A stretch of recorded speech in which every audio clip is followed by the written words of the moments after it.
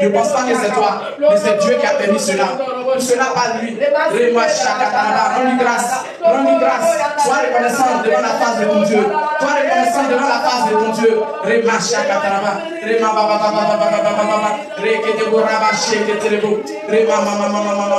Gloire à Dieu. Amen. Nous allons ce matin, par la grâce du Saint-Esprit, enseigner.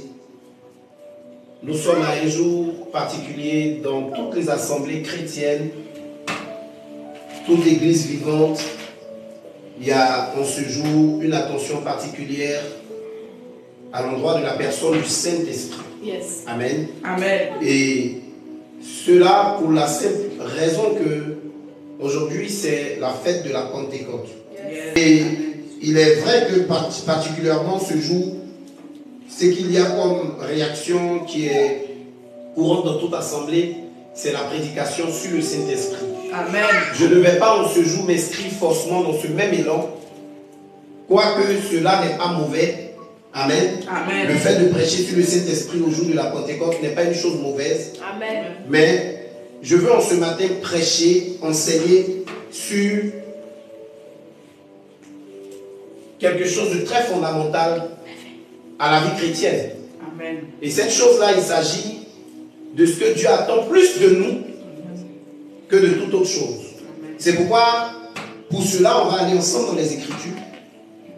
On va aller ensemble dans les Écritures afin de pouvoir sonder ce dont il est question, comprendre ce dont il est question et vivre cela désormais correctement. Amen. Ce n'est pas un sujet méconnu de vous et moi, mais parfois c'est mal connu.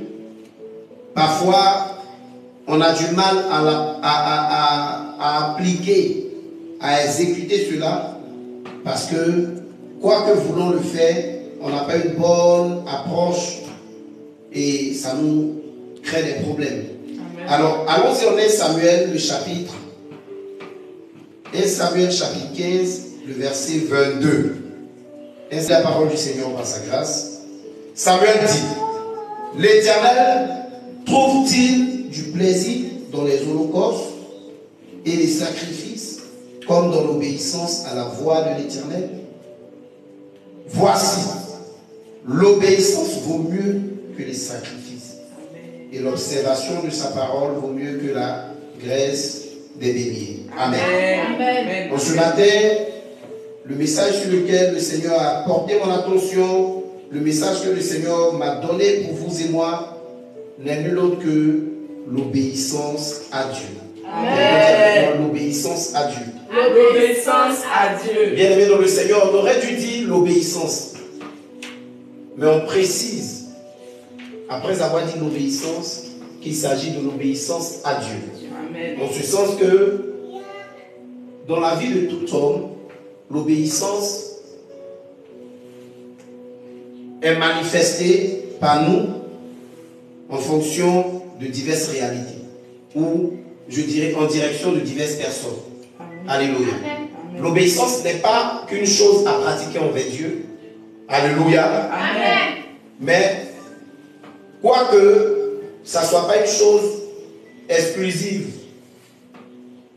à Dieu, quoique ça ne soit pas une chose que nous devons manifester, exprimer exclusivement à Dieu, c'est une chose que Dieu veut que nous sachions, que ça l'intéresse que nous lui manifestions sur. Amen. Gloire à Dieu. Amen. Vous et moi, en ce jour de Pentecôte, parlons de l'obéissance à Dieu, selon que le Saint-Esprit nous veut en train d'entendre ce message, parce que Dieu veut que nous puissions lui obéir. Amen. Et pour que nous puissions le faire, il faut comprendre ce que c'est que l'obéissance. Parce que c'est un mot qui est utilisé par beaucoup d'entre nous, mais parfois très mal compris. Quoique ne voulons pas forcément mal comprendre, ils comprennent mal. Ils comprennent mal parce qu'ils n'ont pas parfois la bonne explication. Je n'ai pas l'intention de dire que je peux mieux expliquer le sujet de l'obéissance que quiconque, mais ce matin, j'ai l'intention de me soumettre au Saint-Esprit à la lumière des Écritures pour nous faire comprendre cela. Amen. Et je veux déjà partir du principe qu'il faut déjà définir l'obéissance. Yes. En parlant de la définition sur la base de la langue française. Amen. Alléluia. Amen. Alors, l'obéissance est définie comme étant l'action ou l'habitude d'obéir. De faire ce qui est commandé. L'action ou l'habitude d'obéir. De faire ce qui est commandé. Vous voyez la précision du taille? De faire, pas juste de faire, mais ce qui est commandé. On aurait même dû dire ce qui est ordonné. En d'autres termes, on parle d'obéissance quand quelqu'un est en train de faire quelque chose qu'on lui a dit de faire. Amen. Gloire à Dieu. Amen. On peut retrouver comme synonyme à l'obéissance le fait de se conformer à, écouter, s'exécuter, s'incliner. Toutes ces choses que je suis en train de citer peuvent être aussi utilisées en fait pour définir l'obéissance. Yes. Amen. Amen. Marcher au doigt et à l'œil. Ça ne veut pas dire marcher sur les doigts et avec les yeux, mais marcher au doigt et à l'œil, c'est dire quelqu'un peut être en train de faire ça. Vous voyez, cette image que je viens de donner indique à quelqu'un de faire un mouvement de se tenir dans une posture. Amen. Donc on dit marcher au doigt et à l'œil, c'est dire suivre exactement ce que quelqu'un est en train de donner comme direction, comme directive. Yes. L'autre synonyme pour terminer, c'est que l'obéissance, amen, amen, c'est ne pas faire dire deux fois. Dis avec moi, ne pas faire dire deux fois. Ne pas faire dire deux fois. Alors, qu'est-ce que c'est que le fait de ne pas faire dire deux fois? Ne pas faire dire deux fois, c'est le fait de ne pas emmener quelqu'un à te redire quelque chose avant de le faire, surtout quand c'est un ordre. Pour les personnes qui sont dans le domaine de l'enseignement, l'une de leurs souffrances, c'est de répéter aux élèves ce qu'ils ont déjà dit, tel que ne bavardez pas. Ou le mot le plus courant, taisez-vous. Et j'ai pour habitude d'entendre l'une de mes filles qui dit que quand tu finis de leur dire taisez-vous là, ils font ça. Et puis comme si le silence là, leur a traduit le fait qu'ils doivent se mettre encore à bavarder, ils se remettent encore en activité et là même ça devient plus pire que la première fois. L'obéissance, c'est de ne pas faire redire. Amen. En d'autres termes, c'est de ne pas faire dire deux fois une chose. Amen. Alors si un enfant est en train de m'écouter ce matin, quand on dit l'obéissance envers maman, papa, c'est un appel pour toi, enfant, tu m'entends, à ne pas faire dire à maman deux fois, va étudier. À ne pas faire dire à maman deux fois, enlève tes pieds dans le fauteuil. À ne pas faire dire à maman deux fois, ne touche pas ça. Quand on dit être obéissant, une fois que maman ou papa a dit, la seule fois là, ça suffit pour ne plus faire. Quelqu'un me suit, quelqu'un me comprend. Donc, si je me suis adressé comme ça à tout enfant pouvant être en train de m'écouter, vous et moi qui sommes des adultes, vous devez entendre par cela que Dieu est en train de nous dire voici c'est que l'obéissance. Ou si vous voulez le dictionnaire français pour être encore plus précis, est en train de nous faire comprendre que voici c'est que l'obéissance. Amen. Amen. Ok, ça va, on se suit? Amen. Alors, j'ai bien voulu qu'on ait aussi une idée du contraire. Amen. Alléluia. Amen. De ce que c'est que l'obéissance. Parce que par moment, ne pas connaître le contraire d'une chose nous fait pratiquer la chose en pensant qu'on est dans la chose. Je ne suis pas pour ceux qui parlent plus du contraire des choses que les choses elles-mêmes, mais je suis pour le fait que si on parle de la chose, il faut dire aussi le contraire qui existe. Pour que la personne ne se trompe pas un matin pour aller faire le contraire de ce que existe. Quelqu'un me suit? C'est pourquoi Dieu n'a pas pris le soin de juste nous faire savoir que lui il existe. Il nous permet aussi de savoir que le diable existe. Amen. Il ne veut pas qu'on donne dans ce type de message ou dans nos églises. On parle tellement de Satan que les chrétiens finissent par voir Satan plus grand que Dieu. Amen. Ils réduisent même la taille de Dieu à un petit niveau et puis c'est Satan qui est plus grand. Je ne parle pas de cet élan. Mais quoi qu'on ne doit pas donner dans cet élan, Dieu n'empêche pas qu'on sache que le diable existe. Amen. Quelqu'un me suit? Amen. Sinon il allait faire que dans la Bible on n'allait même pas faire mention de lui. Yes. Or dans la Bible on fait mention de lui. On parle même de ce qu'il allait tenter Jésus. Amen. Tout ça c'est dit pour qu'on sache que Dieu existe. C'est lui qui doit être notre focus, mais n'oublions pas, il y a Satan qui est là qui va travailler à vouloir nous emmerder. Yes. Ce n'est pas lui notre focus, mais on ne doit pas négliger le fait qu'il est dans les parages Jérôme. Alors, le contraire de obéissance, c'est désobéir. Yes. Enfreindre, s'insurger, négliger. Vous savez, pendant que je suis en train de chercher le contraire, c'est là même que, quand j'étais en train de lire dans les définitions que j'avais de la désobéissance, et que je suis arrivé sur une négligence et dit, mon Dieu, Voici quelque chose que beaucoup de chrétiens font. Nous faisons pas parce qu'on veut désobéir à Dieu, mais parce qu'on ne sait pas que c'est une désobéissance. C'est pourquoi j'ai tenu à préciser le contraire de l'obéissance. La définition du dictionnaire quant au contraire de l'obéissance mentionne la négligence comme étant la désobéissance. Se rébeller, résister. Résister, c'est une désobéissance. Se révolter, se soustraire. Se soustraire, c'est le fait qu'on doit faire quelque chose, on doit aller dans un élan, et puis on trouve des prétextes pour pouvoir. C'est une désobéissance. Amen. Alléluia. Est-ce que quelqu'un est béni ce matin? Amen. Alors, on va essayer ensemble de voir c'est quoi l'obéissance selon Dieu. C'est quoi l'obéissance du moins à Dieu. Quelqu'un me suit? Parce que ce matin, mon objectif n'est pas parler d'obéissance, mais je veux vous emmener à voir trois éléments qui doivent caractériser notre obéissance à Dieu. Mais je veux d'abord qu'on voie c'est quoi l'obéissance à Dieu. Je ne sais pas si vous me comprenez bien. Amen. Ok, alors voici ici. C'est quoi le micro sur cette table? Qu'est-ce qu'est le micro? C'est un petit truc. Quoi ça? Viens me montrer c'est quoi le micro. Parmi tout ce qu'il y a ici, qu'est-ce qu'est le micro? Ça, c'est ça le micro? Ok. Amen. Que Dieu te bénisse. Amen. Alors, elle a précisé que c'est ça le micro, non? Vous me suivez bien? Mais je veux vous emmener quelque part pour qu'on comprenne un peu de quoi il est question. Amen. Amen. Les trois éléments que je veux qu'on voie par la suite, c'est des éléments qui composent l'obéissance à Dieu. Sans ces éléments-là, Dieu ne prend pas plaisir à notre obéissance. Alors j'ai dit quoi? C'est quoi le micro? Elle est venue soulever un objet de cette forme-là que je tiens, qui est le micro, non? Yes. Mais est-ce que vous savez que ce micro-là, il a en son sein des piles? Est-ce que ça c'est le micro? Ça? Non. Ça c'est pas le micro.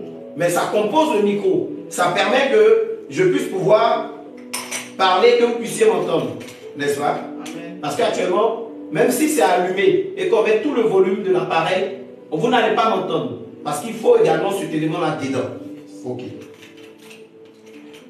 Alléluia. Amen. Permettez-moi que je sois encore dans mes images comme je le fais pour Amen. nous partager l'enseignement de la parole. Amen. Alors, j'ai présenté tout à l'heure des piles. Est-ce que ça c'est le micro? Non. C'est quoi?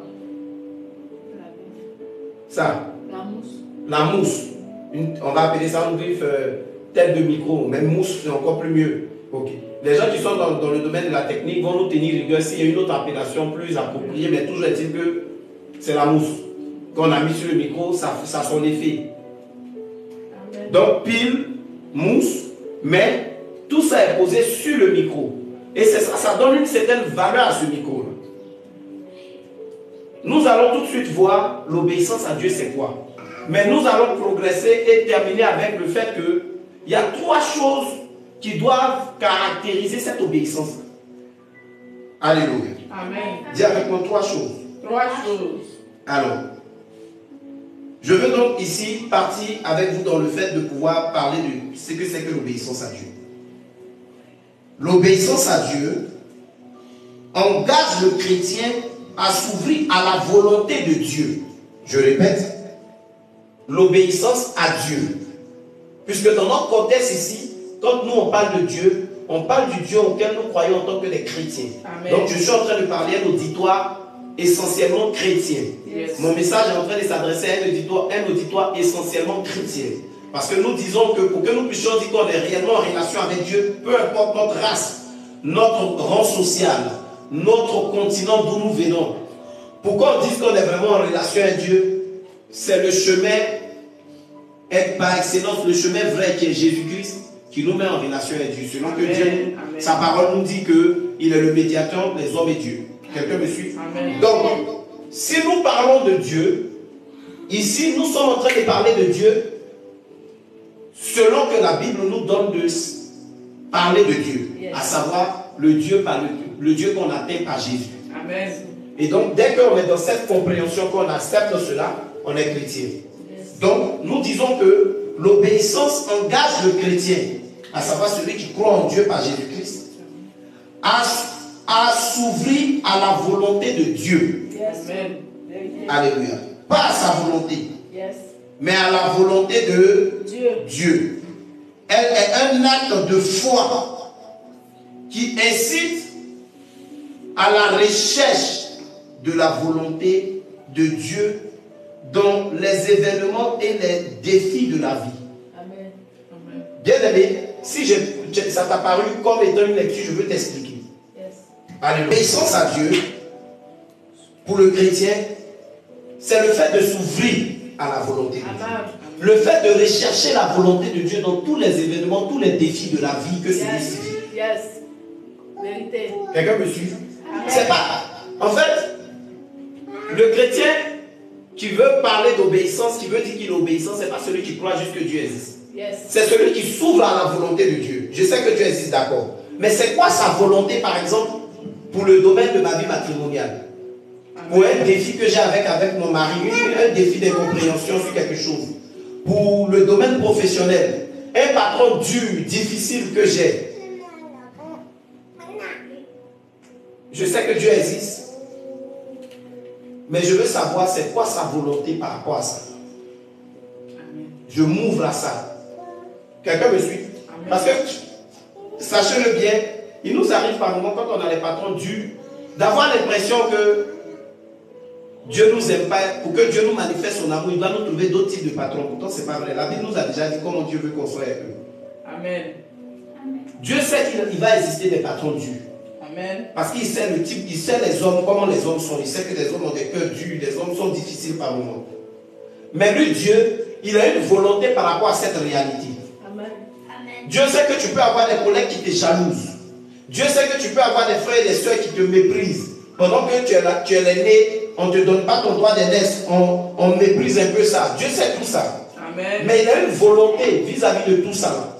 Le chrétien qui veut parler d'obéissance dans sa relation avec Dieu, il s'ouvre à la volonté, c'est-à-dire qu'il cherche la volonté de Dieu face à cette situation. Amen. Afin de ne pas être en train d'agir en allant contre la volonté de Dieu. C'est ça qui est l'obéissance. Je cherche la volonté de Dieu par rapport à ça là. Et puis c'est en fonction de ce que je sais que la volonté de Dieu, c'est qu'il y a de la volonté de Dieu là que je me conduis. Je répète, je cherche la volonté de Dieu par rapport à la situation là. Et c'est en fonction de la volonté de Dieu que je me conduis. Je ne me conduis pas en fonction de ce que je veux, en fonction de ce que je sens, mais en fonction de ce que est la volonté de Dieu. C'est ça qui est l'obéissance selon le chrétien. Amen. C'est ça qui est l'obéissance pour le chrétien. Amen. Gloire à Dieu. Amen. Et donc l'obéissance à Dieu intervient dans tous les aspects de nos vies en tant que croyants. L'aspect professionnel, l'aspect familial, le foyer, alléluia, les études, les finances. Amen. Les études, par exemple, un chrétien qui est élève, qui est étudiant, alléluia. Amen. Quand il n'a pas pu bosser, parce qu'il a peut-être trop regardé film, ou même peut-être qu'il n'était pas bien portant, et puis il va à l'école, les devoirs tombent là-dessus, et qu'il voit que dans la classe, le professeur a dit, ok, voici le devoir, je vous le donne, vous avez 1 heure pour le traiter, et puis les autres, le professeur sort, et puis les autres sont en train de faire des remue-ménages dans la salle. Alléluia. Amen. Pour pouvoir tricher, le chrétien cherche à savoir c'est quoi la volonté de Dieu par rapport à ça. Amen. Ce n'est pas tricher. Yes. Donc, ce que je fais, c'est quoi? J'évite de tricher. Yes. Quelqu'un me suit? Amen. Ça s'applique aux études. Ça s'applique également, comme j'ai essayé de le dire tout à l'heure, à nos finances. Yes. Le chrétien ne vit pas sa vie financière avec une prudence humaine.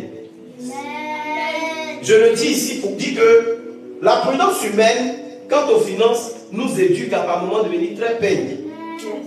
On n'a pas de notion de libéralité. Vous me suivez? Ouvrir nos mains pour donner à quelqu'un.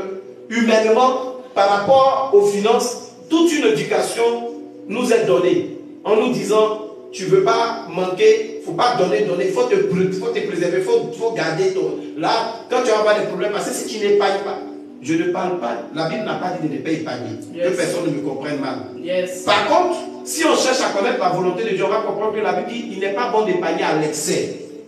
Et nous sommes appelés à honorer Dieu par des dîmes, des offrandes, la libéralité, donner à des gens même qu'on ne connaît pas. Amen. Mais aussi, pourquoi pas retenir par moment. Je crée l'équilibre parce qu'il est important de retenir les choses de façon équilibrée.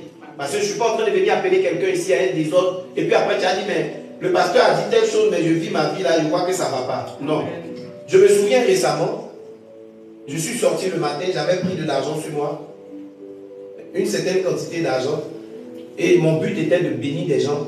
Quand je dis bénir des gens, des enfants que je croise, ils sont même à un moment donné un billet Amen. à un enfant avec l'accord de sa maman, voir une femme donner tout et tout. Et Dieu a fait grâce ce jour-là, je l'ai fait. Et puis j'étais en train de faire une course à Djamé. Et j'étais en train de payer, donc je suis arrivé à une charrette d'un vendeur. J'étais en train d'acheter. Et il y a une femme qui est venue. Dès qu'elle est arrivée, je vous dis bien qu'avant qu'elle arrive, avant que j'arrive à ce niveau, j'avais donné l'argent à des gens. Après ça même, j'ai donné l'argent. Vous me suivez? Mais à elle, je n'ai pas eu à donner. Yes. Parce que j'ai senti dans mon esprit que ce n'était pas une bonne main. Amen. Donc, quand je suis en train de parler de ce qu'il faut avoir l'attitude correspondant à la volonté de Dieu concernant nos finances, et que ça veut dire qu'il faut donner tout et tout, je ne suis pas en train de vous appeler à être dans un désordre dans le donner, au point où vous allez souffrir et vous allez avoir l'impression que vous donnez et puis Dieu ne prend pas soin de vous. Amen. J'ai senti avec elle que je ne devais pas donner. Yes. Et tenez-vous bien. J'étais en train d'acheter. Elle est venue avec toute une malice. Elle a commencé à toucher des choses. C'est le moment d'un certain âge. Naturellement, face à une telle personne, je peux avoir la main ouverte. Naturellement. Comme je le fais avec les enfants, avec les vieillards, c'est quelque chose. Je peux être en train de voir une maman acheter quelque chose, une maman d'un certain âge acheter quelque chose, puis je surveille. Dès qu'elle veut payer, je saute devant elle et puis je dis à la femme, ça fait combien c'est qu'elle a payé, ou bien ce qu'elle a donné, l'argent qu'elle a donné, redonné-lui, ça fait combien on levé dans cet argent. Vous me suivez? Mais quand elle est venue, madame, je n'ai aucunement senti dans mon esprit que je devais lui donner. Je devais lui donner, je devais payer quelque chose en son nom. Elle est venue, elle a fait toute une année. Elle dit, mais ça, c'est combien? Elle demandait pratiquement le prix de beaucoup de choses. Le monsieur lui disait, le jeune lui disait. Moi, j'étais concentré sur ce dont lui et moi on parlait. Je négociais même. J'ai dit, il faut diminuer un peu tout ça. Et il a dit, d'accord, il va diminuer à tel, il va enlever tel montant dessus. Et puis elle dit, bon, tu vas me donner ça là. Le monsieur qui est là, il a l'argent, il a payé. Effectivement, je n'avais pas de cadeaux dans la poche, j'avais l'argent. Mais je n'ai pas senti de payer. Elle a insisté, elle prend autre chose. Que mais ça, il faut payer ça. Bon, il faut payer ça là. J'ai dit non, pas aujourd'hui. Poliment quoi, pas aujourd'hui, prochainement. Mais quand j'ai quitté l'endroit, je suis arrivé à d'autres personnes. Sans même qu'on me demande, j'ai donné. Ce n'est pas parce qu'elle m'a demandé que je n'ai pas voulu donner. C'est l'esprit que j'ai rencontré. Amen. Quelqu'un me suit. Donc, donner, sinon la vie financière d'un chrétien, tu dois répondre à l'obéissance à Dieu. N'est pas cette vie-là où tu prends l'argent, tu sors, quelqu'un vient, donne-moi, tu donnes. Donne-moi, tu donnes. Non. Tu dois être en train de le faire aussi dans le discernement. Yes. Quelqu'un me suit. Amen. Que Dieu nous bénisse. Amen. Alors, ça ne s'arrête pas aux finances, ça va également sur bien d'autres aspects. Alléluia. Amen. L'éducation, j'avais déjà dit, les choix qu'on doit opérer dans la vie, les décisions qu'on doit prendre, on doit toujours chercher à savoir c'est quoi la volonté de Dieu. Amen. Alléluia. Amen. Normalement, pour un chrétien, l'obéissance à Dieu finit par tellement faire partie de ta vie que ça fait comme si c'est Dieu en toi. Quelqu'un me suit, quelqu'un me comprend. Amen. Ça fait comme si c'est Dieu en toi. Et tenez-vous bien, ça confirme notre conversion et notre maturité. Amen. La capacité qu'on a d'obéir à Dieu, là, ça confirme si on est converti vraiment. Et ça indique aussi la maturité qu'on a en Christ. Amen. Vous savez, nous tous, on aime se séduire. Nous tous, on est comme ça. On aime qu'on nous flatte. On aime nous-mêmes se séduire. Quand on va parler de nous, on ne va jamais relever quelque chose de négatif. Ça, c'est comme ça. L'homme est comme ça. Yes.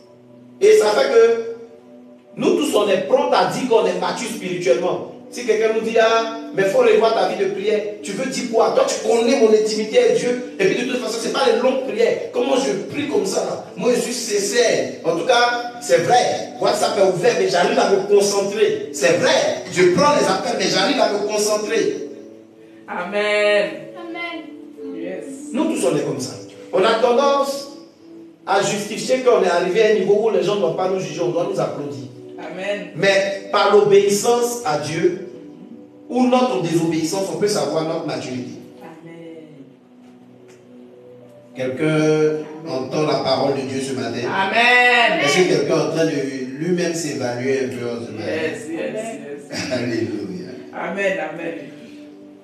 Dans le livre de Jean chapitre 5 verset 30, Jean chapitre 5 verset 30 que je lis, Jean chapitre 5 verset 30, on rencontre là-bas l'exemple de notre Sauveur et Seigneur Jésus-Christ, qui est notre modèle parfait en ce qui concerne l'obéissance. Je ne puis rien faire de moi-même. D'après, je ne puis rien faire de moi-même. D'après ce que j'entends, je juge et non, pardonnez, et mon jugement est juste. Parce que je ne juge pas ma volonté, mais la volonté de celui qui m'a envoyé. Amen. Alors, pour faire comprendre plus simplement le texte, Jésus est en train de s'exprimer pour dire qu'il ne fait rien de lui-même. Il fait toutes choses par la volonté de celui qui l'a envoyé. Amen. Donc il obéit. Est-ce que quelqu'un me suit? Amen. Il ne fait pas les choses dans sa volonté. Il faisait les choses pendant qu'il était sur la terre ici par la volonté du Père qui l'a envoyé. Amen. Amen. Alléluia. Il y a un autre passage où il dit: je suis agréable au Père parce que je fais ce qu'il m'a, je le vois faire. Notre obéissance à Dieu doit être une obéissance qui s'appuie sur l'exécution de sa volonté. Amen. Alléluia. Amen. Faire la volonté de Dieu n'est pas facultatif si on veut être reconnu, si on veut se positionner comme étant des gens qui prétendent obéir à Dieu. Amen. Alors voyons ensemble 3 caractéristiques pour terminer. 3 éléments qui doivent caractériser notre obéissance à Dieu. 3 éléments qui doivent caractériser notre obéissance à Dieu. Gloire à Dieu. Amen. Le premier élément va nous conduire dans le livre de Psaume 119, verset 60. Psaume 119, verset 60. Rappelez-vous que je l'ai dit tout à l'heure, quand j'étais en train d'introduire le message, que obéir à Dieu c'est bien, c'est ce qu'il veut de nous, mais il y a une manière de lui obéir qu'il attend de nous et qui rend notre obéissance agréable. Alléluia. Amen. Psaume 119, verset 60. Psaume 119, verset 60. Je lis la parole du Seigneur par sa grâce. Je vais faire la lecture dans 2 différentes versions. La première version, elle est la plus courante. Il est probable que ce soit celle que vous avez là-bas. Psaume 119, verset 60 dit ceci dans la version Louis II, qui est la première version que je lis. Je me hâte. Je ne diffère point d'obéir, pardonnez, d'observer tes commandements. Je relis. Je me hâte. Je ne diffère point d'observer tes commandements. Amen. Amen. Amen. Gloire à Dieu. Amen. Alors la même parole, donc le même verset dans la version Semeur.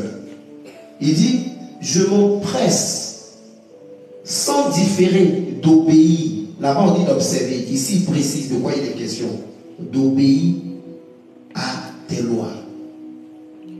Le premier élément, la première chose qui doit caractériser notre obéissance à Dieu est celle-ci. Notre obéissance doit être immédiate. Dis avec moi immédiate. Immédiate. La première chose qui doit caractériser toi et moi notre obéissance à Dieu, c'est le fait que ça soit immédiatement qu'on obéit.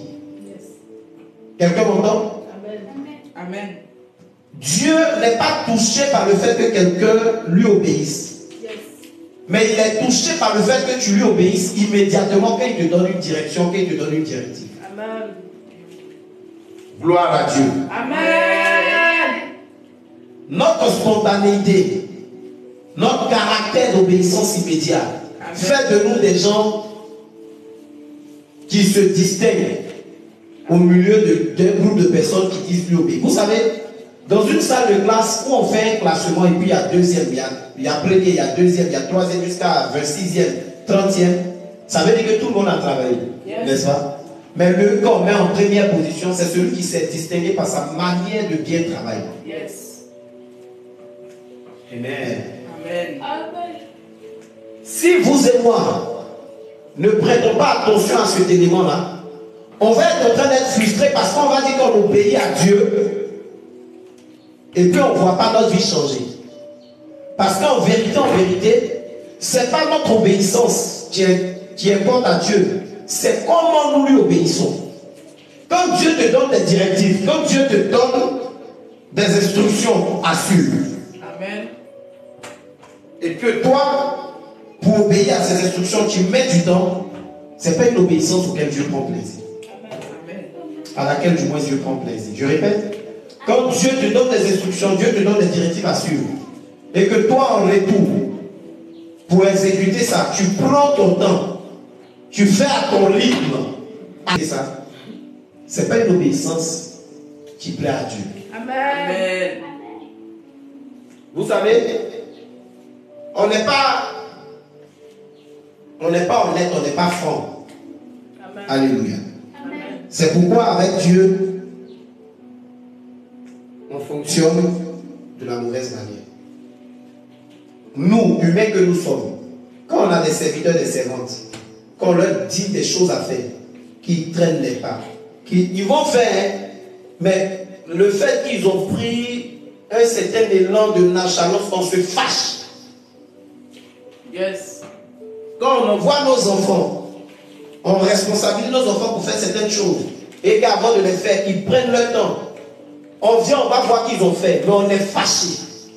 Parce qu'ils ont pris leur temps pour le faire. Puisqu'il y a un temps dans lequel on aurait voulu qu'ils le fassent. Amen. Il y a une promptitude qu'on aurait voulu qu'ils observent. Amen. Quelqu'un me suit? Amen. Je suis en train de dire à quelqu'un que si tu veux que ton obéissance à Dieu soit agréable à Dieu, puisse lui plaire et être vraiment une obéissance qu'on appelle obéissance à Dieu, selon les Écritures, il faut que ça soit de façon immédiate que tu appliques ça. Amen. Peut-être que par le passé, tu ne le savais pas. Donc ta manière d'agir, ce matin, te met un peu sur le banc des accusés.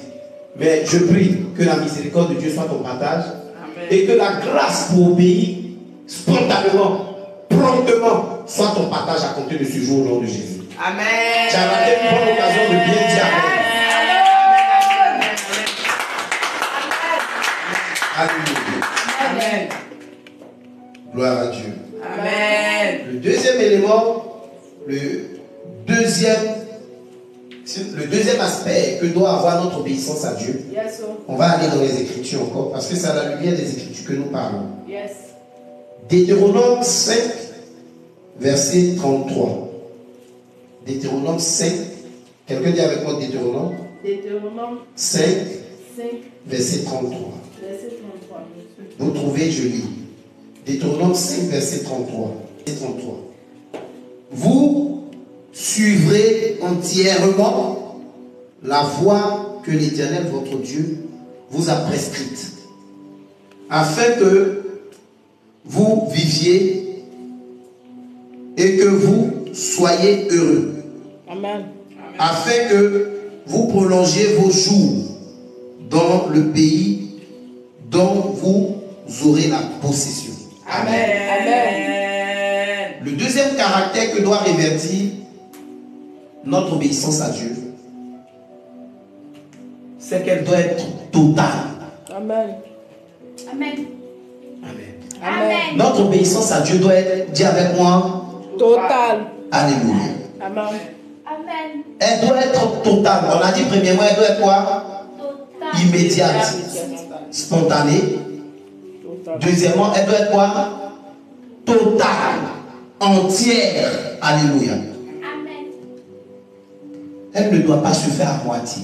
Yes. Beaucoup de chrétiens que nous sommes obéissons à Dieu mais partiellement. Obéissons à Dieu mais avec de la retenue. Hier je parlais avec la trésorière de CAC, je partageais avec elle un peu l'importance de ne pas chercher à impressionner un pasteur. Par exemple, je lui disais quelque chose, je dis, Si un pasteur est là comme ça, tel que nous savons que l'œuvre de Dieu a besoin de moyens pour pouvoir connaître le mouvement. Vous savez, hier je lui disais ça même. Ne passez pas votre temps à apprécier le fait qu'un homme de Dieu est vrai. En disant, lui là c'est un vrai homme de Dieu. En tout cas, il dit la vérité même. Quand il te parle comme ça, il te dit ce que Dieu veut là. D'après les Ivoiriens, il te dit il te dit la vérité, il ment partout et tout. Il ne manipule pas les gens. C'est bien. Ce côté-là, c'est bien. Quand vous parlez comme ça, là, gloire à Dieu. Amen. Le Seigneur dit, c'est vraiment mon serviteur. Vous êtes en train de rendre un témoignage de lui, c'est bien. Amen. Mais si vous vous arrêtez qu'à ça, et que vous ne partez pas aussi à la prière, parce que j'ai commencé là avant d'aller de l'autre côté. Amen. Amen. Que vous ne partez pas aussi à la prière pour dire à Dieu, étends ta main encore sur ton serviteur, fortifie-le tout et tout. Vous faites mal. Mais si vous ajoutez la prière, que vous arrêtez qu'à la prière, vous allez faire de lui un bon serviteur de Dieu qui ne va pas bénir plusieurs personnes. Amen. Parce qu'au-delà de tout cela, il faut avoir une main qui s'ouvre et qui donne. Amen. Qui contribue à l'évolution de l'œuvre qu'il fait. Amen. Quelqu'un me suit? Amen. Et je lui disais que dans les langues de ceux qui veulent contribuer à l'œuvre de Dieu, qui marchent dans l'alliance de la dîme et des offrandes, il y a des gens qui sont dans des manières de faire. Ils pensent qu'ils sont malins, mais ils se mettent sous des malédictions eux-mêmes. J'explique. Ou si vous voulez des limites. Parce qu'il y a des mots qu'on dit maintenant, on dit, il maudit les gens parce qu'il veut que les gens n'ont qu'à payer dîme. Ne mélangez pas mon évangile. Ce que je vous dis là, je sais clairement de quoi je parle. Amen. Amen. Quand une femme, quand un homme dit que moi je m'engage à rentrer dans le principe public de la dîme, et que ce dernier-là vient, moi je suis par exemple pasteur. C'est que je suis vraiment. Amen. Maintenant il vient, et puis par exemple, il me tend une enveloppe d'1 million. Yes. Ces gens d'enveloppe respirent. Amen. C'est des enveloppes qui ont des jours. Amen. Et des ventes. Amen. Quand tu prends en tant qu'homme de Dieu, tu parles en langue 2 fois. Et tu dis à la personne, tu es béni, mets-toi à genoux. Tu ne sais plus c'est les pieds ou les mains que tu as lui imposé. Amen. Okay. Elle est venue te dire cette personne-là qu'elle t'a donné sa dîme. Toi, homme, tu es impressionné. Quelqu'un a dit, mais est-ce que tu n'as pas le discernement pour savoir ce que je vais dire après là? Restons un peu dans le nom où l'homme de Dieu, c'est celui à qui Dieu fait grâce de voir. C'est que lui, Dieu, il veut. C'est que Dieu ne veut pas qu'il voit, il ne voit pas. Voilà, je ne parle pas des gens qui se vendent, qui se vantent et qui se vendent en disant qu'eux, ils sont même à la place de Dieu en sachant tout. Aucun homme sur la terre ici ne sait tout. Amen. Le seul qui sait tout, c'est Dieu. Amen. Il nous donne la grâce de savoir les choses quand il veut, comme il veut. Yes. Bref, si cet homme de Dieu que je suis, je reçois une enveloppe bien enceinte de 1 million, et puis la personne dit c'est sa dîme. Yes. Je suis tout de suite impressionné, touché. Et comme je vois tout ce que ça peut faire pour l'œuvre de Dieu, je vais commencer à prier pour la personne. Peut-être huile rouge, huile d'inor, huile d'olive, tout ce que vous voulez, huile d'arachide même. Parce que je suis impressionné. Mais Dieu en haut n'avait plus le regard. Vous savez pourquoi? Il est probable que cette personne soit venue avec une dîme de 1 million. C'est que donne comme pour information qu'elle a eu 10 millions. N'est-ce pas? Mais Dieu qui sait que ce n'est pas 10 millions qu'elle a eu, qu'elle a peut-être eu 30 millions, 20 millions. Et tu sais qu'elle n'est pas venue donner toute la dîme, mais qu'elle est venue donner une petite portion. Il ne prend pas plaisir à son acte, parce que l'acte que la personne est en train de poser, c'est de la supercherie. Ce n'est pas entier. Quelqu'un me suit? La personne est venue, ça a impressionné l'homme de Dieu. Ça impressionne l'homme de Dieu parce que c'est un homme. Lui, il n'a pas vu, il ne voit même pas tout ce qui s'est passé. Mais le Dieu qui pouvoit, le Dieu qui lui a donné ce que la personne a eu et qui sait, c'est que l'homme de Dieu ne peut pas savoir, c'est qu'elle est venue donner cette personne-là autre chose que la dîme. Quelqu'un me suit? Amen. Donc Dieu ne prendra pas plaisir. Quelqu'un va me dire, mais pasteur, c'est qu'elle suit le fait qu'elle est venue donner déjà, est-ce que Dieu n'est pas touché par ça? Non. Vous savez, dans l'eau, il y a plusieurs espèces. Mais on ne les appelle pas, même il y en a qui ont des nageoires, mais on ne les appelle pas poissons. Quelqu'un me suit? Amen. Il y en a qui ont des nageoires, mais on ne les appelle pas poissons. Et puis même les poissons, eux tous, ils n'ont pas le même nom. Quand on arrive dans la spécification des noms, on ne parle pas de baleine quand il s'agit de requin. Requin, c'est requin. Baleine, c'est baleine. Dauphin, c'est dauphin. C'est ça on dit, non? Donc vous ne pouvez pas vouloir que dans les choses de Dieu, on puisse travestir les sujets pour plaire à vos émotions. C'est pas correct. On doit être capable d'accepter que ce que la Bible appelle digne, c'est ça qui est digne.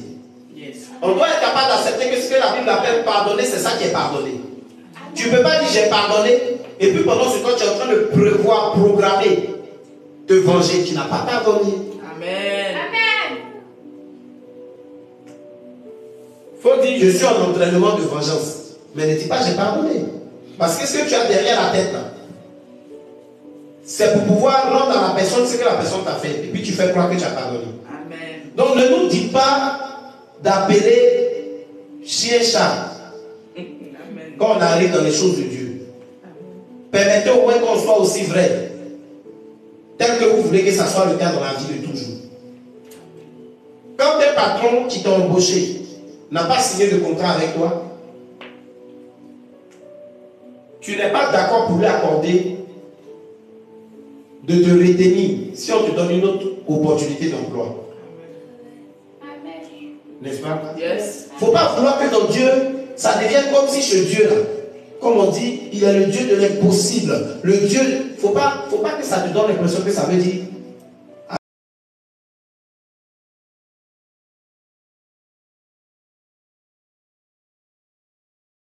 avec lui c'est un désordre, c'est un non-sens, c'est faux. Sinon il allait mettre tes yeux en bas de tes pieds. Yes. Il allait mettre ton nez dans ton dos. Amen. Yes. Il allait te fabriquer comme un monstre parce que si tu étais comme ça, on allait t'effrayer. Amen. Il allait mettre ta bouche dans ta main. Amen. Donc si Dieu ne t'a pas créé comme ça veut dire que Dieu est celui qui aime les choses aussi qui ont du sens. Il ne faut pas que dans ta relation avec lui, tu puisses vouloir que ça soit autrement. Quand toi, tu dois faire des choses. Amen. Obéir à Dieu, c'est quelque chose qui doit se faire totalement, entièrement. Alléluia. Amen. Les histoires où vous êtes dans des relations amoureuses, on ne vous a pas encore marié, vous êtes en train de dire au pasteur de prier pour ça. Il n'y a même pas enfant, vous voulez la personne d'abord. Mais vous partez là-bas tous les week-ends. Amen. C'est même pas pour prière d'intercession les vendredis ou samedi matin. Mais c'est prière d'occupation. Amen. Et pendant ce temps, tu demandes la prière au pasteur. Mais tu attends que la prière que le pasteur va faire s'adresse à Dieu, que Dieu fasse quelque chose pour toi. Tu n'es pas entier. Dans ta foi même en Dieu, tu n'es pas entier. Je me souviens il y a des années de cela. Il y a dit à une jeune fille qui marchait, qui était côtoyée, qui était courtisée, pardonnez, par un homme de Dieu. Un homme de Dieu d'un certain niveau, très sérieux, très important. Je lui disais, débrouille-toi. N'utilise pas les moyens humains pour vouloir te faire la place. C'était une manière pour moi de lui dire ne couche pas avec lui. C'est pas parce que c'est un homme de Dieu qui a te donné à lui puis il va forcément te marier. Amen. Je lui ai dit pardon, veille sur toi. Je n'ai pas dit qu'il ne faut pas être séduisante. Mais là où elle ne devait pas dépasser là, je lui ai dit de ne pas dépasser. Elle me regardait comme ça. Comme si j'étais en train de raconter des histoires. Leur relation n'est pas allée plus loin que là où ça devait aller. Pourtant, elle avait tous les potentiels. Elle avait le potentiel qu'il fallait pour être une bonne femme de pasteur. Amen. Amen. Oui. Elle avait le sens du sacrifice. Elle avait l'amour pour les gens. Elle avait quelque chose, sérieusement. Mais il n'est pas allé loin. Elle. Et dans son gourmet, très gourmet-style, elle est venue vers moi. Elle voulait qu'on prie parce que le gars dit qu'il ne veut plus aller quelque part et tout, pour que les gars se remettent ensemble. Je lui ai dit très clairement, parce que tu as la foi qu'il peut revenir en arrière. Je vais prier avec toi, mais sache que je ne suis pas en train de lui dire, ainsi parle l'Éternel, il va revenir. C'est que je t'avais dit, ainsi parle l'Éternel, qu'il t'a donné un conseil, là, tu n'as pas écouté. Voici là où on est. Donc je ne vais pas faire dire à Dieu ce qu'il n'a pas dit. Amen. Amen. Amen. Et ça n'a pas marché. Parce que Dieu avait déjà donné l'instruction à laquelle elle devait obéir. Elle priait pour son mariage avec lui, mais elle n'a pas obéi totalement à l'esprit de la foi qu'elle devait mettre en Dieu qui l'emmenait à prier. Amen. Amen. Parce que pendant qu'elle priait, elle s'appuyait sur d'autres moyens pour vouloir le sécuriser. Que Dieu te délivre de toutes ces séductions dans lesquelles tu es. Bon, quand tu dis séduction, tu as dit à pasteur, une femme doit séduire. Que Dieu te délivre de toutes ces distractions dans lesquelles tu es. Je disais que Dieu te délivre de tous ces procédés qui rentrent dans l'obéissance partielle. Tu fais que ton obéissance est à moitié, n'est pas totale. Au nom puissant de Jésus. Amen. Pour t'en sortir, reçois-la maintenant au nom de Jésus. Amen. Voyez-vous, je veux parler à la lumière des Écritures d'un exemple biblique qui nous permet de voir que quand on obéit à Dieu partiellement, on s'attire la colère de Dieu. Je veux même vous dire qu'il est même mieux de ne même pas essayer que de faire comme si on est en train de faire et puis faire autre chose. Quelqu'un me suit? Amen. Je veux revenir sur ce sujet. Sinon, sur cet exemple, avant de parler de l'exemple biblique de Moïse. À chaque fois que nous aimons, on ruse. Et puis, au lieu de donner nos dîmes correctement, nos offrandes, on fait des tricheries. C'est comme si nous-mêmes, on est en train d'attirer la sécheresse sur nos finances. Amen. Vous me comprenez un peu? Yes. Parce qu'on est en train de vouloir dire à Dieu qu'en fait, je ne veux pas te donner, mais comme tu en manques tellement, tu as maigri 2 jours là-haut. Quand j'ai appelé au ciel, Gabriel m'a dit que tu souffres. Ton gaz même est fini. Donc, actuellement, même, il n'y a pas mangé au ciel là-bas. Donc, c'est pour ça qu'il a fait un peu. Sinon, moi, il n'a pas envie de faire. Quand Dieu te voit comme quelqu'un qui a pitié de lui, tu n'as pas la faveur de Dieu. Parce que Dieu n'a pas besoin que tu aies pitié de lui. Il a besoin que tu croies en lui et que tu l'honores en tant que celui qui est au-dessus de tout. Amen. Donc, je dis Yahweh, Yahweh, tu es élevé. Ce n'est pas la chanson et la voix là qui l'importe. Ce n'est pas ça qui m'intéresse plus. C'est le cœur que tu as. Et après même la chanson, l'attitude que tu as. C'est ça qui intéresse Dieu. Amen. Si Dieu veut chanter ça en anglais, You are the leader. Si tu finis d'étudier ça, attends. Son cœur là, c'est quel type de cœur vis-à-vis de moi? Amen. Son attitude, c'est quel type d'attitude vis-à-vis de moi? Amen. Amen. Quelqu'un me suit, quelqu'un me comprend. Amen. Amen. Je vois un dimanche qui t'ouvre la porte d'un nouveau commencement. Amen. Je vois un dimanche qui t'ouvre la porte de la grâce d'une obéissance agréable à Dieu. Amen. Je suis en train de te voir ce dimanche en train d'être initié, introduite dans la dimension de quelqu'un qui arrive à obéir à Dieu d'une manière jamais expérimentée auparavant dans sa marche avec Dieu. Gloire à Dieu. Amen. Amen. Aujourd'hui, on ne parlera pas des bénéfices rattachés à ça. Mais prochainement, on en parlera. Mais je veux déjà que tu saches comment obéir à Dieu. Alléluia. Amen. Et l'un des exemples qui n'est pas fameux, qui est négatif, c'est l'exemple de Papa Moïse. Les Babyloniens auraient dit Baba Moïse. Amen. Amen. Moïse est ce personnage-là que Dieu a appelé de façon extraordinaire à une œuvre que jamais avant lui quelqu'un n'a eu à réaliser, et même après lui. Amen. L'œuvre de Jésus ne peut pas être comparée aux œuvres de Moïse, tout et tout. Mais je veux dire que après Moïse, personne n'a fait ce que Moïse a fait. Il a été utilisé extraordinairement. Il a été mis à un niveau extraordinaire par Dieu. Amen. Dieu même a rendu témoignage de sa patience, de son humilité. Amen. Mais ce Moïse va se retrouver un jour dans le livre de Nombre 20, versets 7 à 12. Nombre 20. Ouvrez vos Bibles, parce que je parle avec des chrétiens et non des chrétiens. Alléluia. Les chrétiens, ils existent. C'est ceux-là qui avalent tout ce qu'on leur dit. On leur dit, on va lire Psaume 151, ils croient. Et puis quelqu'un lit pour eux, oh ça n'a jamais existé. La personne est en train de lire charabia là-bas et puis il croit que c'est la Bible. Quelqu'un me suit? Amen. Le chrétien, c'est celui qui ouvre la Bible en même temps que l'homme de Dieu donne un verset et qui sculpte les Écritures avec l'homme de Dieu. Mais c'est celui également qui, au-delà de cela, même à la maison chez lui, revient sur les passages en semaine. Je vous ai dit, si vous dites que vous ne savez pas ce que lire en semaine, c'est parce que vous êtes des faiseurs de semblant les dimanches. Sinon, quand vous ne faites pas semblant, que vous notez vraiment, que vous n'êtes pas des secrétaires spirituels, mais des enfants de Dieu qui sont en train de noter des versets qui sont donnés, la parole de Dieu, en semaine, vous révélez sur les versets. Amen. Quand je dis pas Amen, il sait que tu comprends le passage. Amen. Quand tu n'es pas dit Amen, il sent que c'est parce que ça te bénit. Amen. Nombre 20, versets 7 à 12. Je la parole du Seigneur. L'Éternel parla à Moïse et dit, prends la verge et convoque l'assemblée, toi et ton frère Aaron. Vous parlerez en leur présence au rocher. Avant que j'avance, je veux dire à quelqu'un ici, fais attention à ta manière de traiter tes parents. Fais attention à ta manière d'observer leur comportement. Parce que tu n'es pas mieux que ces personnes. Dieu t'a fait juste la grâce de le connaître avant que ces personnes-là ne puissent vraiment le connaître. Même parce qu'il y a connaître Dieu et puis il y a connaître l'Église. Faire partie d'une Église pendant 10 ans, ça ne fait pas de toi quelqu'un qui connaît Dieu. Tu peux, quelqu'un a 10 ans de conversion, toi tu as fait 2 ans seulement, et puis tu connais Dieu que la personne. En ce sens que ta manière de recevoir même la parole qui t'est prêchée, ta manière d'appliquer ce qu'on dit, fait que tu as une avance dans ta relation, dans ta compréhension de Dieu que la personne n'a pas. Mais cette compréhension-là ne fait pas de toi.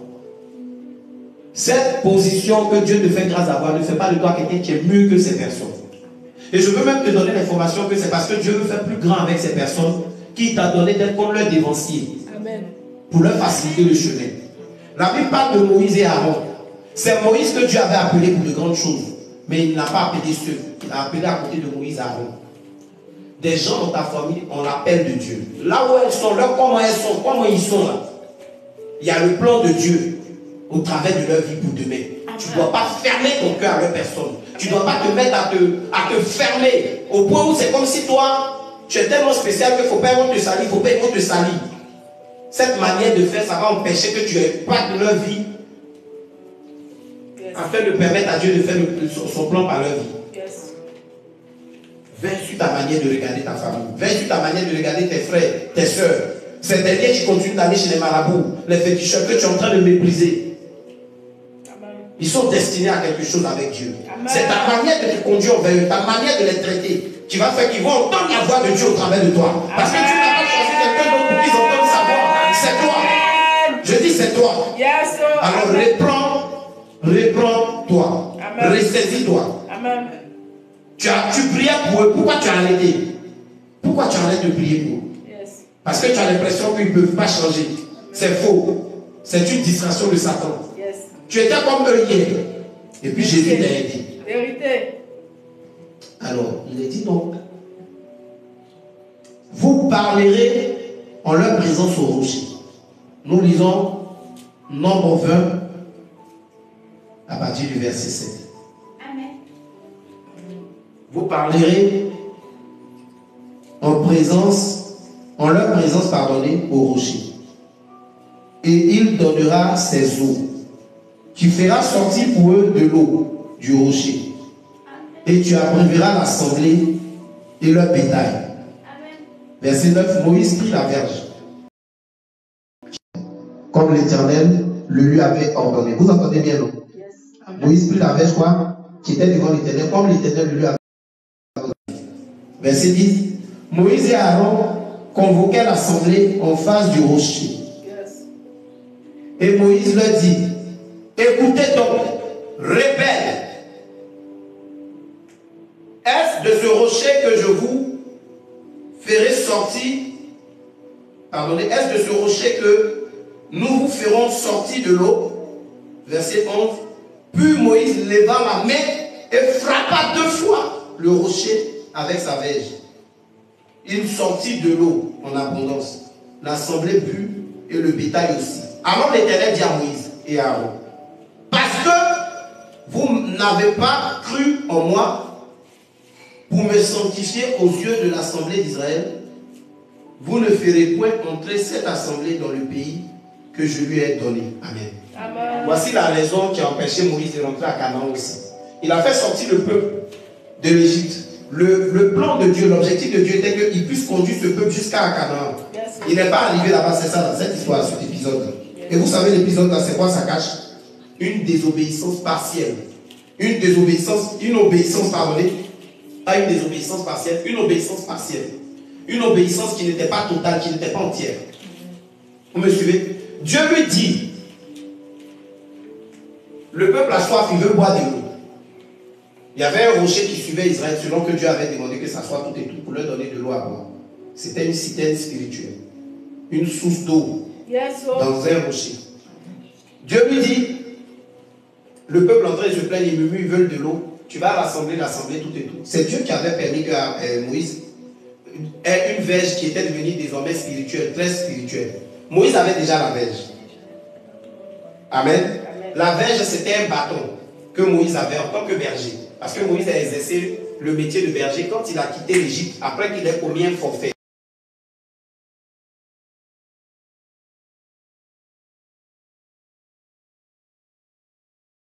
En Égypte, Moïse était quelqu'un qui était dans la famille royale.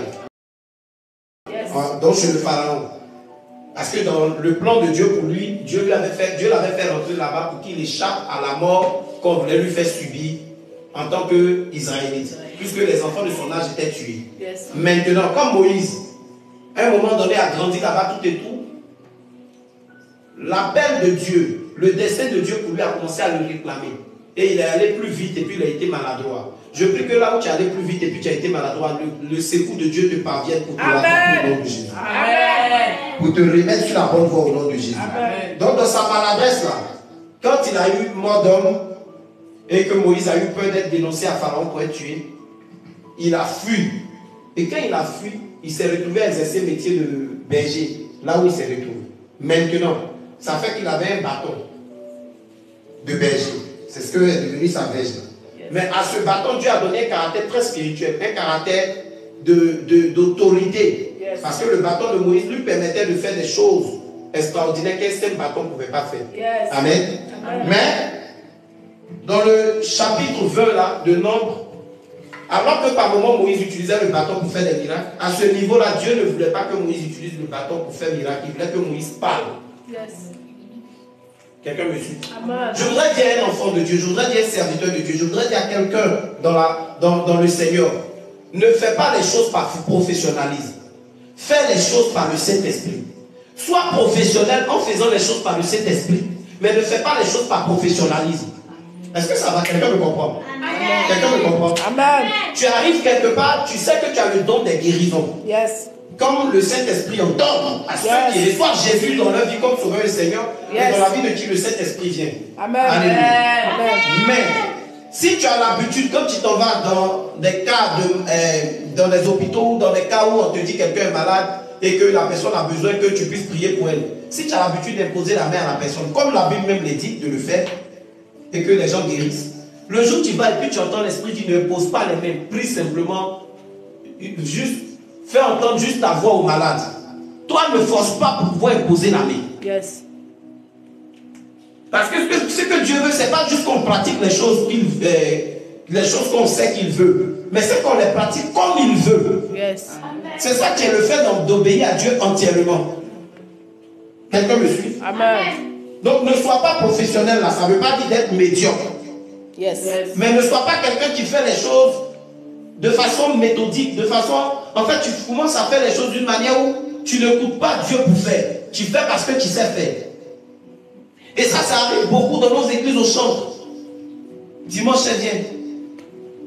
Alléluia. Ce matin, je sens que la grâce de Dieu va nous toucher.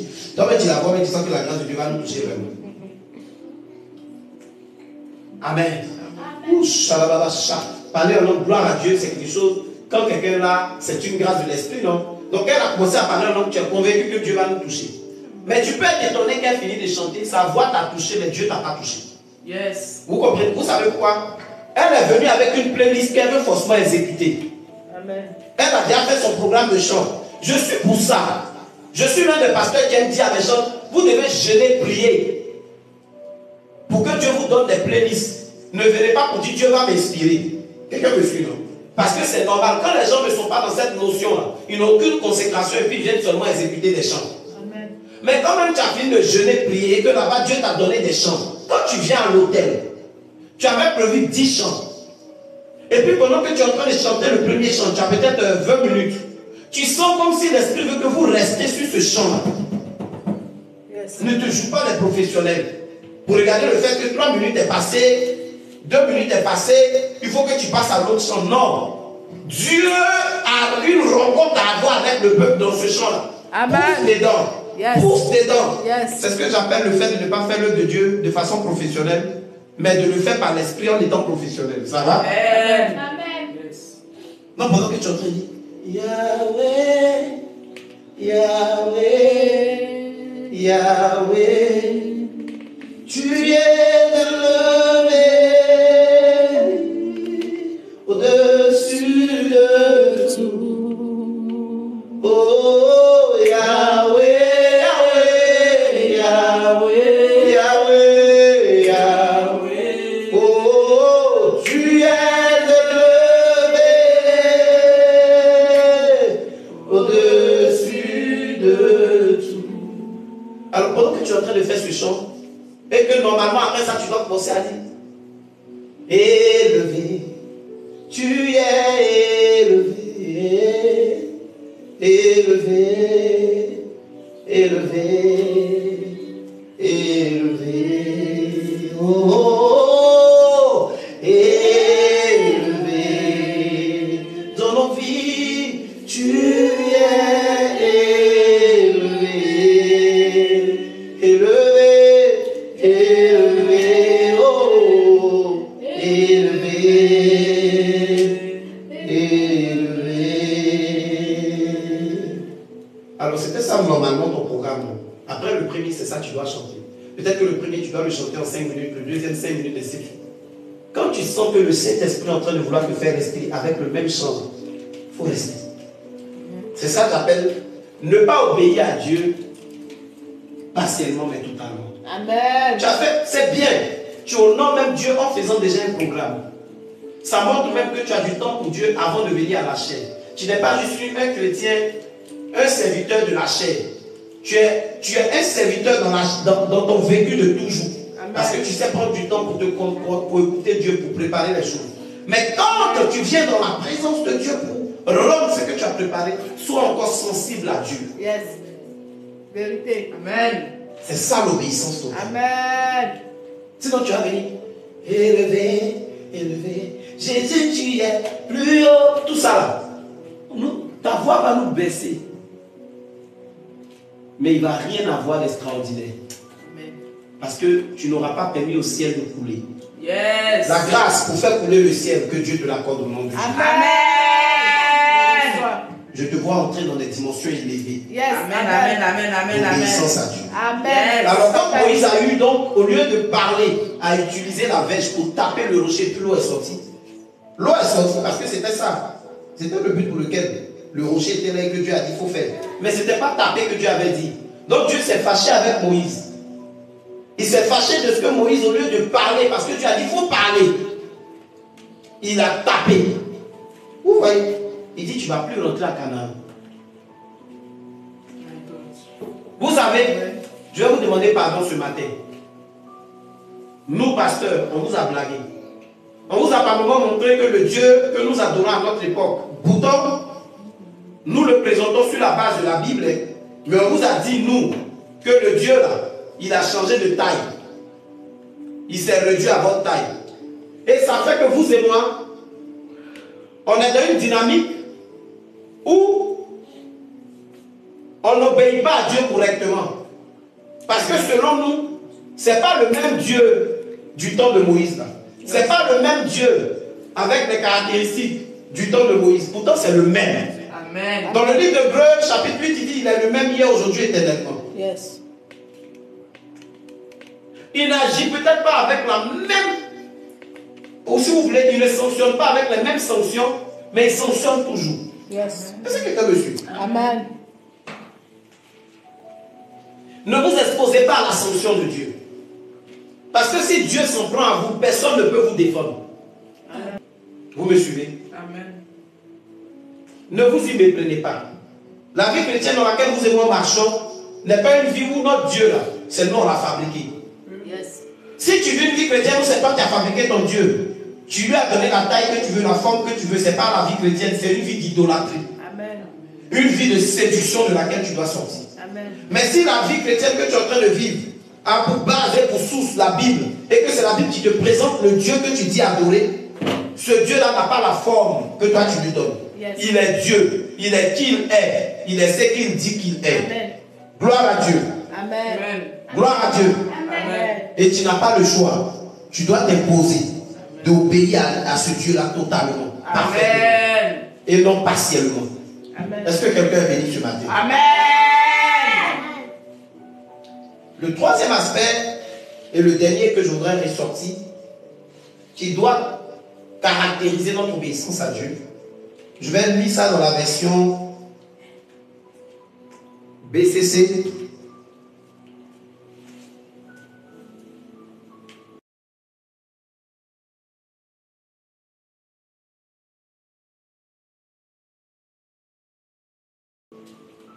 Isaïe 19, verset, Isaïe 1, pardonnez. Isaïe, oui, merci. Isaïe 1, verset 19. Isaïe 1, verset 19, il a dit ceci. Isaïe 1, verset 19. Isaïe, non, Ancien Testament. Isaïe 1, verset 19. Amen. Je lis la parole du Seigneur par sa grâce. Amen. Je lis. Amen. Si vous obéissez de bon cœur, vous mangerez les biens de votre pays. Yes. Amen. Si vous obéissez de bon cœur, vous mangerez les biens de votre pays. Bien-aimé dans le Seigneur, le troisième et dernier élément qui doit caractériser notre obéissance à Dieu, c'est le fait de lui obéir de bon cœur. Notre obéissance à Dieu doit être de bon cœur. Beaucoup de personnes sont dans l'église des hypocrites. Yes.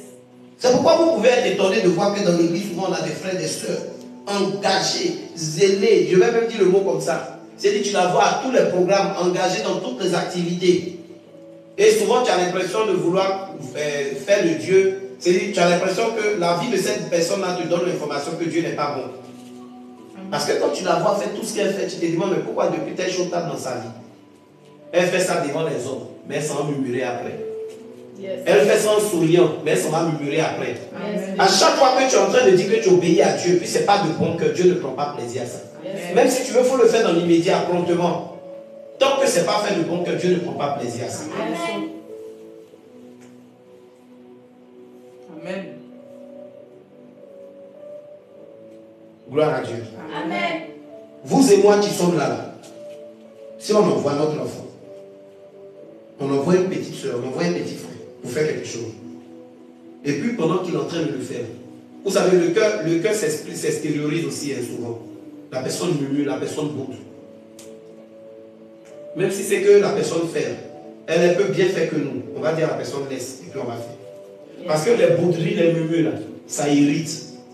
C'est comme une injure à ta personne. Quelqu'un me suit? Il n'y a pas quelqu'un parmi nous ici qui peut être à l'aise avec le fait qu'il dise à quelqu'un fais telle chose pour moi et puis la personne ne fait pas ça avec bon cœur. Yes. Même une sauce même qu'une femme prépare, la douceur va avec le cœur qu'elle a pris pour faire. Yes. Et pourquoi faites attention?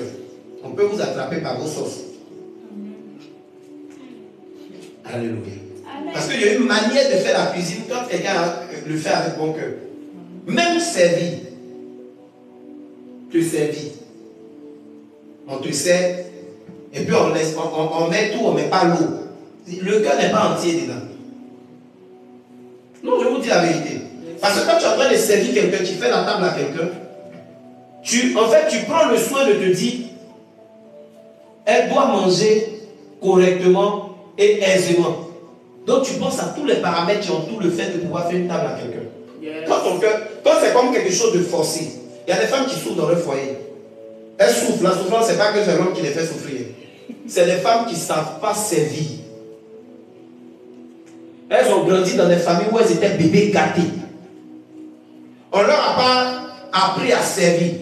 Ou en d'autres termes, quand elles refusaient de servir, on les a laissées comme ça. Donc la notion de servir n'est pas en elles. Du coup, quand elles sont en train de servir, l'homme là même est agacé. Il aurait voulu avoir quelqu'un d'autre pour le servir.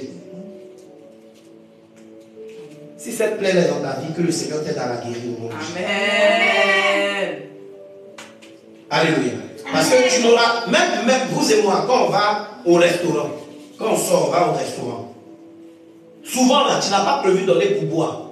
Mais en fonction de la manière dont la personne te sert, la personne qui vient à la table là te sert, tu donnes le pourboire. Il arrive aussi même que tu aies prévu pour boire, tu te dis aujourd'hui là, il m'en va, tu fais sortir tu mets de côté un joli petit billet bien frais, bien intéressant. Tu dis aujourd'hui, si je m'en vais, celui qui a s'occupé de nous, là, ou celle qui a s'occupé de nous, je vais lui donner. Quand tu vas puis la personne, tu sais qu'elle est venue te servir. Elle a tout fait pour être dans l'heure qu'ils ont dit tout et tout, mais elle a le visage scellé. Elle est dans toute une... Parce que je dis, l'attitude de cœur s'extériorise. N'est-ce pas? Quand tu vois qu'elle est fermée, elle n'est pas bien, elle ne le fait pas avec bon cœur, tu sais que tu avais prévu lui donner, tu retournes avec à la maison. C'est pourquoi faites attention. Parce que personne n'aime être servi par quelqu'un qui sait à contre-cœur, avec un état de cœur malsain. Personne. Vous et moi assis, sinon tous personne. Tu demandes de l'argent. Ah, je veux de l'argent. Et puis, ton mari te donne. Même, il peut arriver même qu'il ait déposé sur la table le son qui va accompagner, son regard, même le propos qui accompagne, il t'a donné. Ou si tu veux, il est non-verbal. Son attitude, sa communication est non-verbale. Mais tu risques d'être frustré à partir du geste qu'il va faire. Parce que ce qu'il a donné comme message dans son attitude t'a montré qu'il ne t'a pas donné un bon cœur. Si dans notre relation avec Dieu, nous pouvons savoir que Dieu s'attend à ce que nous fassions les choses avec bon cœur, notre obéissance va lui être agréable. Et nous allons vivre toutes les bénédictions qu'on va commencer à voir le dimanche prochain qui sont rattachées à ça. Alléluia. Amen. Parce que la bénédiction dans la vie du chrétien répond à l'obéissance à Dieu. Mais notre obéissance à Dieu doit avoir ces trois caractéristiques. Ça doit être immédiat, ça doit être total et ça doit être de bon cœur. À chaque fois que tu es en train d'obéir à Dieu, puis ce n'est pas de bon cœur, les démons même doutent du fait que tu appartiennes à Dieu. Ils se demandent si tu n'es pas un démon, tu as pris un corps de chrétien. Amen. Parce qu'en tant qu'enfant de Dieu, en tant que chrétien, ça doit être de bon cœur qu'on obéit à Dieu. Amen. Que le nom du Seigneur soit béni. Amen. Que sa grâce repose en abondance sur nos vies. Amen. Je prie en ce matin et je veux que tu te lèves avec moi de là où tu es pour le faire avec moi. Amen. Parce que nous ne pouvons pas obéir par nos propres forces. Amen. Ce matin, il est probable que pendant que tu m'entendais, tu t'es comme senti jugé. Tu t'es comme senti concerné. Gloire à Dieu si tu t'es senti concerné. Tu t'es senti jugé. Je veux te dire que Dieu ne te juge pas. Il t'a interpellé par sa parole. Amen. Comme sa parole a la capacité de séparer jointure et moelle. Elle est venue ce matin mettre la lumière dans certaines confusions qui te dirigeaient, afin que tu arrêtes de mal procéder dans ton obéissance à Dieu. Mais en même temps, tu t'es dit, mais comment je peux faire pour arriver à le faire facilement? Je sens que souvent je veux faire. Souvent moi-même je me rends compte que je n'obéis pas vraiment bien à Dieu. Et je n'arrive pas à corriger. Comment je peux faire? Ce matin, j'ai envie de te donner une bonne nouvelle. Celui à cause de qui aujourd'hui on célèbre une fête qui s'appelle la Pentecôte, qui est le Saint-Esprit. Il est venu pour nous aider. Il est venu pour nous aider dans nos faiblesses. Ce matin, si tu peux lever les mains, de là où tu es, commencer à dire Saint-Esprit, Saint-Esprit, aide-moi. Aide-moi dans cette faiblesse que j'ai de ne pas obéir correctement à Dieu. Aide-moi à quelqu'un qui obéit correctement à Dieu. Aide-moi à pouvoir obéir correctement. Saint-Esprit, viens. Quelqu'un parle en langue, élève la voix et fait le bien. Les Souza, Jabaroukema, les Rodobosi, Baria Bamanela, Louraba Chandelebo. Saint-Esprit, viens et aide-moi. Saint-Esprit, viens et aide-moi. Saint-Esprit, viens. Accorde-moi ton aide. Je veux à quelqu'un qui obéit à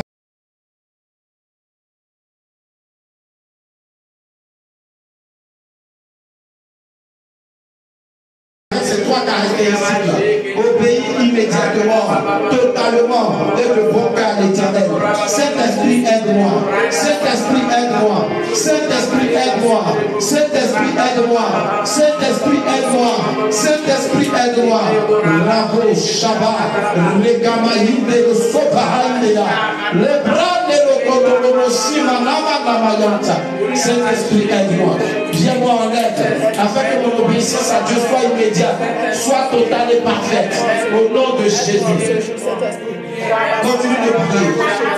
Réclame l'Esprit de Dieu pour t'aider ton aide, pour qu'il puisse t'aider. Réclame-le pour t'aider à avoir une obéissance immédiate, totale et parfaite, totale et de bon cœur. Et qui tout soumis. In Jesus' name you pray. Lève les mains, je prie pour toi. Je déclare et je décrète que la grâce pour obéir à Dieu immédiatement est ton partage. Amen. La grâce pour obéir à Dieu spontanément est ton partage au nom de Jésus. Amen. La grâce pour obéir à Dieu totalement est ton partage au nom de Jésus. La grâce de Dieu pour obéir à Dieu de bon cœur est ton partage au nom de Jésus. Amen. Cette grâce vient te faire voir le bonheur, l'opportunité que c'est pour toi d'obéir à ce que Dieu te demande de faire au nom de Jésus. Je prie qu'à compter de ce jour, tu ne sois plus trouvé dans la même position d'obéissance à Dieu. Amen. Que d'une échelle de 100, si tu étais à 40%, que Dieu te fasse monter à 100%. Amen. Si tu étais à 60%, que Dieu te fasse monter à 100%. Amen. Si tu étais à 80%, que Dieu te fasse monter à 100%. Amen. Si tu étais à 99,9%, que Dieu te fasse monter à 100%. Amen. Si tu étais à 0%, que Dieu te prenne de là où tu es pour te faire connaître de façon spectaculaire la grâce d'une obéissance immédiate, totale et de bon cœur au nom de Jésus. On t'identifiera désormais comme une femme obéissante à Dieu. On t'identifiera désormais comme un enfant obéissant à Dieu. On t'identifiera désormais comme un serviteur, une servante obéissant à Dieu. Au nom de Jésus-Christ. Amen. Amen. Acclame le Seigneur de la vie. Je prie dans le nom puissant de Jésus que pour cette semaine qui s'annonce, l'Éternel soit bon envers vous. Yes. Qu'il soit bon envers votre maison. Amen. Je prie dans le nom puissant de Jésus qu'aucun malheur ne vous arrivera. Amen. Je dis aucun malheur ne vous arrivera. Amen. Aucun fléau n'approchera de votre tente. Amen. Aucune flèche qui vole de jour comme de nuit ne vous atteindra. Amen. Nous tomberons à vos côtés, 10 000 à votre droite, vous ne serez point atteints. Amen. Vous aurez vos yeux pour voir les chèques des méchants qui s'étaient levés contre vous. Amen. Ils mordront la poussière, ils mangeront leur Amen. porchère. Amen. Tous ceux qui sont prendront à vous cette Amen. semaine. Amen. Je déclare que vous connaîtrez l'Éternel mieux que vous l'aviez connu jusque-là, cette Amen. semaine qui s'annonce. Amen. La grâce de Dieu est votre partage à tout égard. Amen. La paix de l'Éternel qui surpasse toute intelligence garde vos cœurs en Jésus-Christ dans cette semaine. Amen. L'Éternel donne à vos pieds de fouler les territoires que vous aurez en possession. Je déclare et je décrète que de bonnes nouvelles que vous attendiez depuis devient votre lot. Là où vous étiez comme en train de croire que les choses allaient s'empirer, l'Éternel vous surprend agréablement. Au nom puissant de Jésus. Amen. Je déclare que tout projet d'accusation contre vous est nul et sans effet en cette semaine qui s'annonce. Amen. Allez-y avec la paix de Dieu. Amen. Allez-y avec la paix de Dieu. Amen. Soyez victorieux sur tout. Yes. Soyez victorieux sur tout. Amen. Soyez victorieux sur tout. Amen. Dans le nom puissant de Jésus. Amen. Je déclare que vous serez la tête et non la queue en cette Oh semaine. yes. Les Amen. églises des cieux s'ouvrent sur vous et vous vivez une assistance du ciel tout au long de cette semaine. Amen. Dans le nom puissant de Jésus. Amen. Par votre voix et par votre vie, des milliers et des milliers de personnes rendent témoignage de la grandeur de votre Dieu. Amen. Au nom puissant de Jésus. Amen. Shalom à tous et à toutes.